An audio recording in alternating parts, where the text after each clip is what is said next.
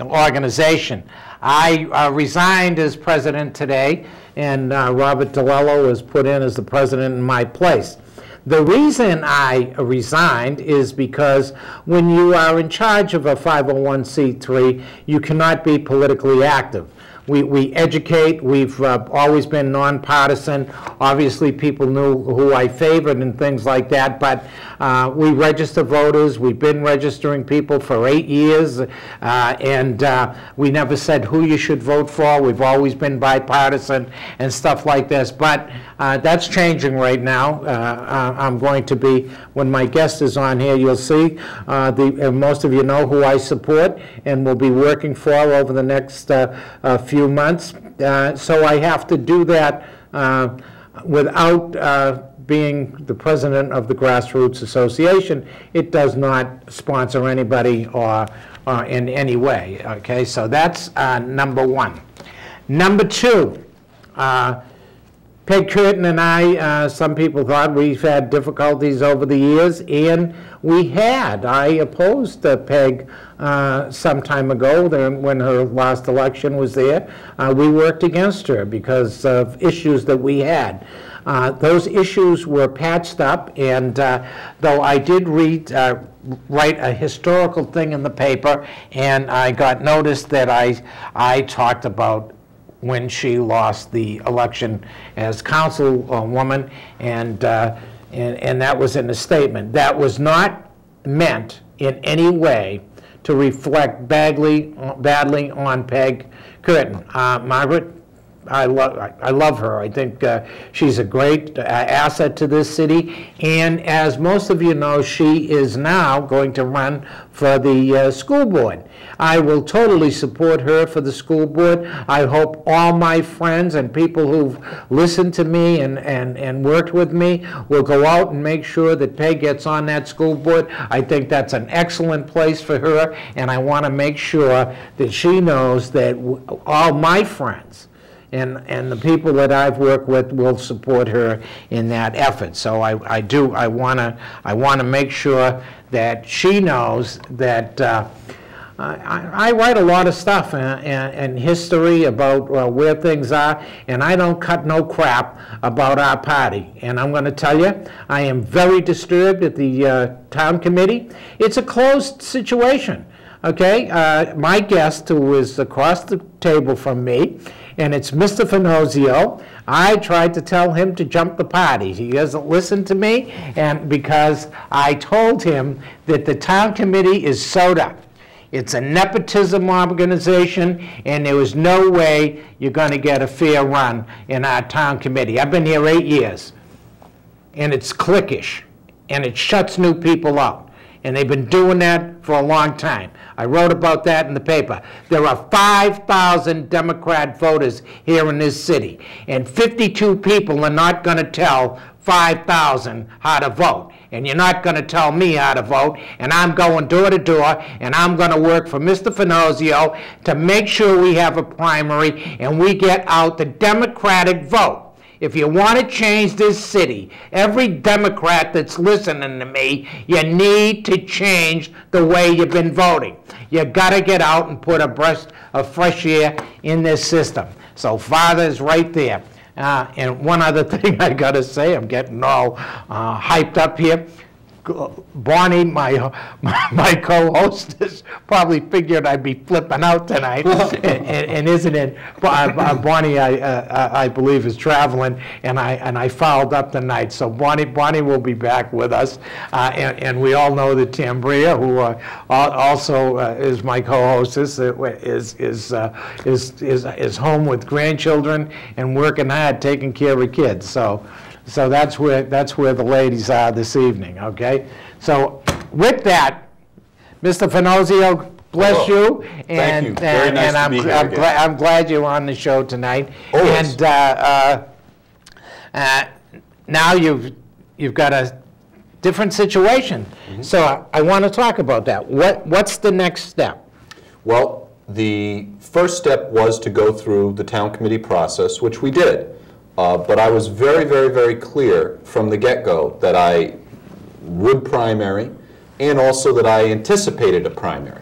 As I told the media following the vote on Tuesday night, when you are the candidate who is seeking to change the political establishment, it would be shocking to get any support from that very political establishment. So the fact that we did get a lot of support, I do know there are many people who voted for either Mr. Passero or Mr. Bisetto, but who liked a lot of what I had to say as well. But like you pointed out, these are people who are very invested in the party as an institution. Absolutely. They've been involved for many, many years. Loyalties are being tested, favors get called in, deals get made, and that's the political process at that level.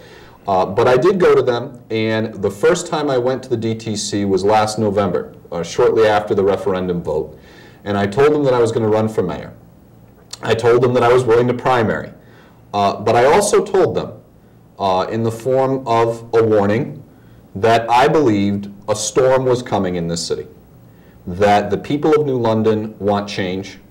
They don't want the old guard. They're not happy with the leadership that the establishment provided them over the past few decades.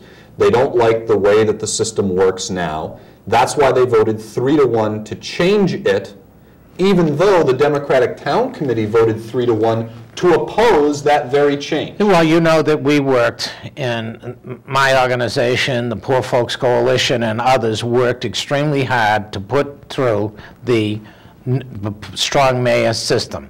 People didn't want, and I threatened to run it at a certain point, with the system, and some people did numbers and figured out, oh wow, you know, here's so few people vote. Wow, he might get in. This is not a smart move. Mm-hmm. Okay, but the fact of the matter, it did get in. People, you know, and I quite a while ago on this show, we have old tapes that talk about I would run for mayor if I didn't think there was anybody qualified enough to be mayor that was going to change the city. I was pleased, okay? And I'm not blowing smoke to Mike or Mike Passero or Mike Bisetto. I was pleased with you entering the race from a Democratic perspective that my party had 3 competent people. Okay, and I say competent, okay? I think Mike Passero is a very competent person, a very intelligent person. I even think Michael, who is tough and everything else, is a competent person and great for a businessman. I do not see him as mayor. It's a very different type of thing, as you know, because I know where your education is, I know your background and stuff like that. Running a business is, the bottom line is profit. Running a city, the bottom line is the people. 2 different entities need to be run 2 different ways. And making the statement about, oh, I made payrolls and stuff like that, well, God bless you. I got 6th grade kids. My kids ran my business, could make payrolls at the 6th grade level. That to me doesn't mean anything. Okay? What needs is organization, openness, and a care for all members of the community.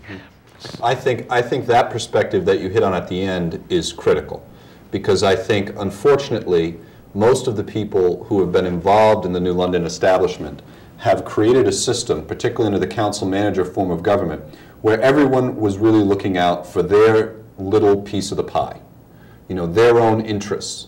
And the idea behind having a directly elected mayor is that we get someone who all the people vote for, who looks out for the whole city as a whole and values everyone in the city equally, every neighborhood equally, which is why I think we need someone who is not brought up within that system and is not beholden to it and the way it has done business for the past several decades. So I told this all to the town committee back in November, and I told them that they really had a choice. That this change, I believed, was coming, one way or the other. It's what people want, it's time, it's what we voted for, and the town committee can either embrace that or oppose it. And I expected they would oppose it, but I've attended every town committee meeting, I participated in their forums, I met with their membership to tell them, look, I'm not coming here throwing Molotov cocktails, I'm not a barn burner, but I am here to say things need to change. I'm not going to say it with personal attacks. I'm going to say it professionally. We're going to have a fair, honest debate. But things need to change. And they're going to change. And if you don't embrace it, we'll go to a primary and we'll see what the people think. And I think everything was run clean. I really do, especially for me. You know, I'm a Boston Democrat. Family's been in politics as long as I can remember. Great grandfather, all the way back. My own brothers, myself. Okay, but it's interesting, and it's a little different. Even Democrats in Boston are a little different. They don't mind that you vote for a person. Okay, you almost act like an independent. You know, we vote the people, we vote the person. And you know, I've crossed lines. I'll vote for Catala. I understand Jason's going to run for the school board again. Jason Catala is an honorable man. He's a Republican, and I'm a Democrat for Catala.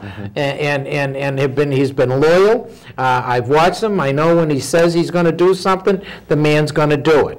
And that's what I care about. I really do. And again, as I mentioned, Peg and I had some problems. Okay, and she seems to not remember. Okay, but I have a different memory of what happened, and it was a mistake. Hopefully, we passed all that stuff up. And I could see her get a little upset when she read the paper and the words crash and burn. Well, I'm sure you're very subtle with your opinion. You're a very, very subtle man. Yeah, seriously brutal I can be. But the truth is sometimes very hurting.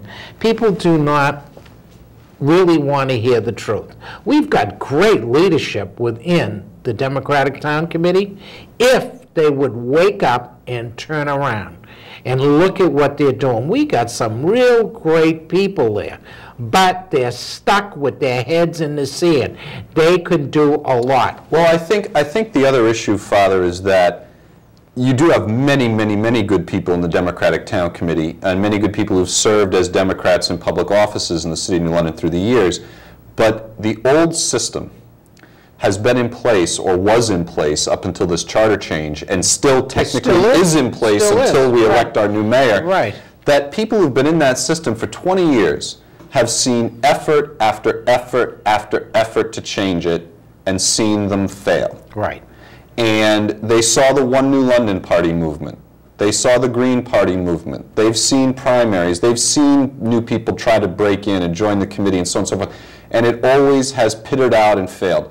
And in the end, most of these people are going with what they believe is their political assessment of how this is going to play out. And they will not wake up, really, to the reality of how things have changed out there in the public until they see the votes. If this primary goes my way, as we obviously hope it does, and particularly if it goes my way significantly, I think at that point the Democratic leadership would have to realize that things have changed, that people want to move in a different direction. And part of the reason why I went to the DTC from the get-go, why I'm working within the primary, why I'm still talking to the people on the DTC who vehemently, oppose me and support my opponent, is that I want them to know when this is all over with, I still want to work with you. I still want to move forward as a Democrat, as the Democratic nominee. So yes, we're going to be opposed, and it might get a little rough here in this primary before it's all said and done. But I'm not the enemy of anybody in New London. I'm the enemy of a way of doing things in New London. That way is going to change, but I'll treat those people the same as I treat everybody else. Well, it has to change. Right. We are in a sinking ship. I mean, they have to know the history of their own city. I've been here 8 years. The ship is sinking, and the ship is sinking because the leadership is not changing. It isn't looking at itself and criticizing itself. It's hanging on, and it was one way I feel bad because there's a fear factor because you have to move out into new ground. You represent a new fresh air in the city. It's got to be scary. You're a young man. Your education and your background put up against others, I'm going to say, as far as government administration, there is nobody who is nearly as qualified as you are in the area that we're talking about. If I thought there was or anything else, I would be looking at a different individual across the table. So a pure assessment of what should be done and where to go and what a person should do behind leadership, to me, is a clear choice. And it's a very clear choice in what because you want to move, you want to save the sinking ship.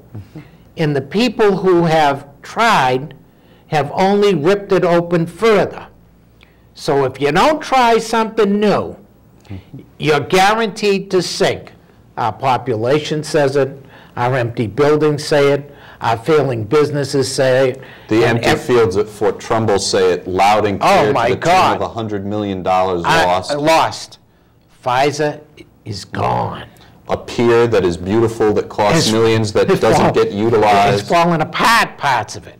But there's so much that has improved. There are so many good people in the city working on good things. You know, we just need that new leadership to say, we're going to end the old way of doing business. We're going to look towards the interests of all our neighborhoods and all our people. We're going to apply some real common sense government experience to this job. Someone who actually knows how to do this job and articulate and enact a long-term plan for our city.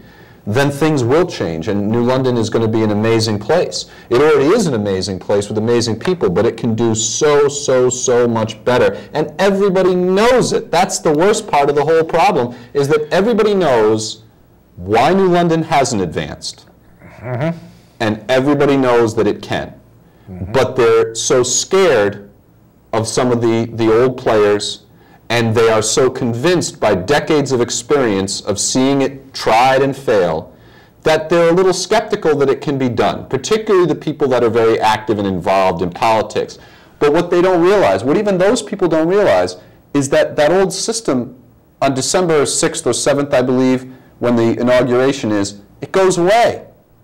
I don't think people really understand what a political earthquake the creation of this new mayor is going to be in the city of New London. I've worked in strong mayor forms of government. It is night and day compared to council manager. But what I see, and I think they feel, the fiefdoms are gone. Thank God. Okay, but that's what's scary. The ones that have got power, their power is gone and eroding, and they're scared. But guess what? They're going to lose it anyways. Right. They are going to lose it. They are thinking that, well, we'll put one of the kids in.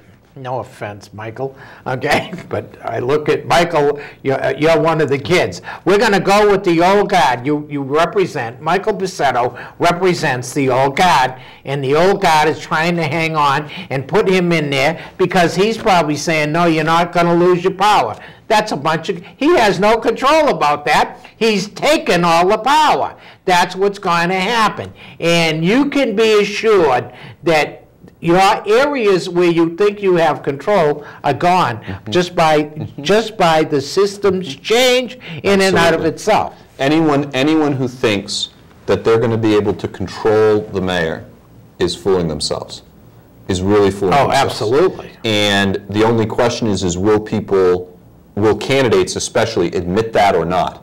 And what I'm saying is that the people who have controlled one little neighborhood or one interest group or one department because they've stayed for 20 years where managers have come and gone, councils change over, so they become the power in their little fiefdom, as you call it. That's right. That's what happens in council manager government. Right. All over the country, not just New London. Not just New London. It's a problem with that system of government. Right. Fundamental problem. Fundamental. I wrote my senior thesis in college on why council manager government was bad. Right. We had it in my hometown of Westerly. I opposed it, thought we should have a mayor. I voted for the mayor of New London. This is something I've believed for a long time. This isn't unique to New London. No, but what I'll say about the people who are worried that, you know, I used to be the big shot in this little area, and I could make a phone call and make sure I protected my interests. Well, no, you're not going to be able to do that anymore. You're not going to be able to call me and say, I need special treatment, Right. and you're going to get it, because you're not.